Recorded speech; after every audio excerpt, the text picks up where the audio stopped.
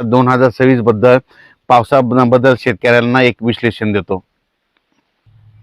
आणि 2026 ला पाऊस सरासरी इतका पडणार आहे, म्हणजे तुम्हाला सांगू इच्छितो, समजा एखादा समजा परभणी जिल्हा असेल, समजा बीड जिल्हा असेल, तर बीड जिल्ह्यामध्ये दरवर्षी काय असतं, कधी कधी 550 मिलीमीटर, 500 मिलीमीटर, कधी 650 मिलीमीटर पाऊस असा पडत असतो, म्हणजे सरासरी त्या बीड जिल्ह्याची संपूर्ण सरासरी। तर 2025 ला काय झालं की बीड जिल्ह्यात जवळपास 1200-1300 मिलीमीटर पाऊस पडला, काही काही ठिकाणी 1400 पण गेला।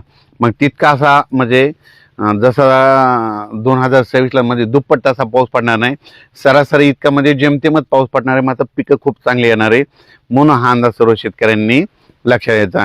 जितका पाऊस कमी राहतो ना त्यावर्षी पिकं चांगली येतात, कापूस चांगला येतो, सोयाबीन चांगलं येतं, तूर चांगली येतं, पांढऱ्या तुरीला चांगला उतार येतो, म्हणून हे सर्व शेतकऱ्यांनी लक्षात घ्यायचं। आणि जितका जास्त पाऊस तितका नुकसान शेतकऱ्याचं होतं। आणि 2026 जर सांगायचं झालं तर काय होणार, थोडा पाऊस कमी राहील, पण काय होणार आहे, सप्टेंबर ऑक्टोबरच्या दरम्यान जे परतीचा पाऊस येईल त्याच्यामध्ये काही काही भागाची सरासरी ओलांडून टाकेल, म्हणजे काही काही मग परतीचा पाऊस काही काही भागामध्ये ते देखील चांगला पडणार आहे, म्हणून हे देखील सर्व शेतकऱ्यांनी लक्षात घ्यायचं।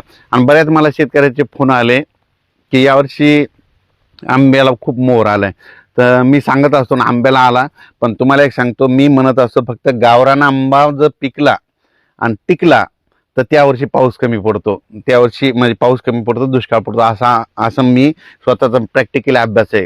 आणि मग बरेच जण काय म्हणले की मेसेजमध्ये त्यांचं असं होतं की ते म्हणले की यावर्षी मग सगळे दुसरे पण कधी फुटते, तर तुम्हाला एक सांगू इच्छितो, फक्त मी म्हटलं गावरान आंबा, फक्त गावरान आंब्याचाच उल्लेख केलेला आहे। तुम्ही बघा दरवर्षी गावरान आंब्याला कधीच काही लागत नाही, 2 वर्ष येतात तर 1 वर्ष लागत नाहीत, म्हणून हे लक्षात घ्यायचं। म्हणून यावर्षी बघा तुम्ही गावरान आंब्याचं निरीक्षण करा, तुम्ही ते दुसरे जे सरकारी आंबे त्याचं हे करू नका,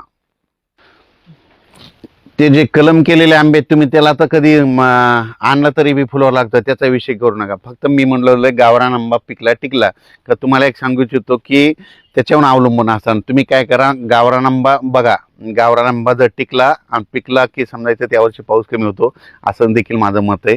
त्याच्यानंतर तुम्हाला एक सांगू इच्छितो, तर हे नुसतं सॅटेलाईटद्वारे नाही, तर तुम्हाला सांगतो हे 2026 आहे, तर 27-28 ला खूप पाऊस पडणार आहे। ह्या 2026 ला जर कमी होईल, पण पुन्हा 27-28 न सरासरीपेक्षा जास्त पाऊस पडणार आहे, म्हणून हे देखील सर्व शेतकऱ्यांनी लक्षात घ्यायचं।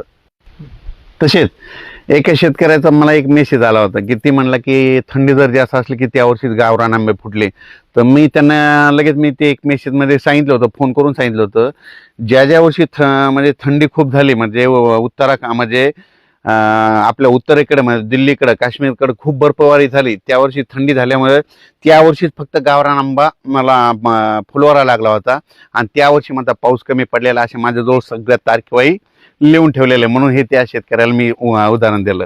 म्हणजे त्यांना सांगितलं की म्हणजे उत्तरेकडे खूप थंडी झाली, बर्फवारी झाली, त्या वर्षी मग काय झालं की आपल्या महाराष्ट्रातल्या गावरान आंब्याच्या झाडाला फुलवारा लागला होता, आणि त्या फुलवारा लागल्यामुळं त्यावर्षी नेमका पाऊस कमी झालेला अशा माझ्यामध्ये नोंदी येतात, मध्ये लिहून ठेवलेलं आहे, म्हणून हे तुम्हाला एक सांगू इच्छितो।